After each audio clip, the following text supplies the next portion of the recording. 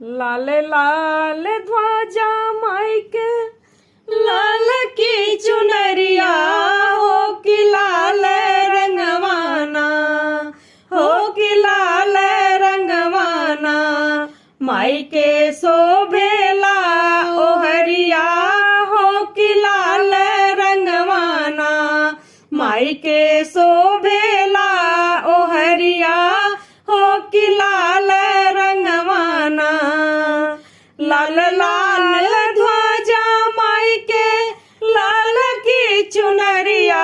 हो कि लाल रंगवाना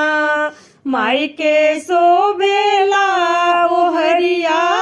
हो कि लाल रंगवाना पर्वत पर बसलो कैलो शेरवा सवरिया माई हो शेरवा सवरिया हो कि आठो घड़ियाना हो कि आठो घड़ियाना घूमा जंगल पहाड़िया हो कि आठो घड़ियाना घूमे जंगल पहाड़िया हो कि आठो घड़ियाना असुर संगरलू निर्भय देवतन के कैलू माई हो देवतन के कैलू हो कि काली बन के ना हो कि काली बन के ना कटलू बैरिन के लस करिया हो कि काली बन के ना कटलू बैरिन के लस करिया हो कि काली बन के ना तुहरी शरण में मैया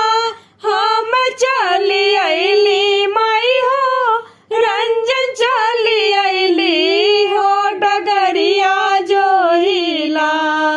हो डगरिया जो हिला कबले देबू दर्शनिया हो डगरिया जो हिला कबले देबू दर्शनिया हो डगरिया जो हिला लाल लाल ध्वजा माई के लाल की चुनरिया माई के लाल की चुनरिया हो कि लाल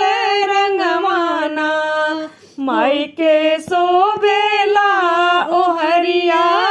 हो कि लाल रंगवाना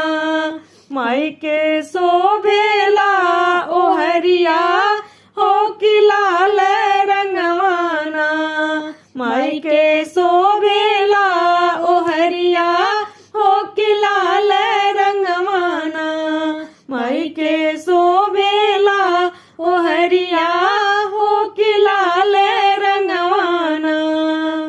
प्रेम से बोलिए सांचे दरबार की जय, शेरा वाली मैया की जय।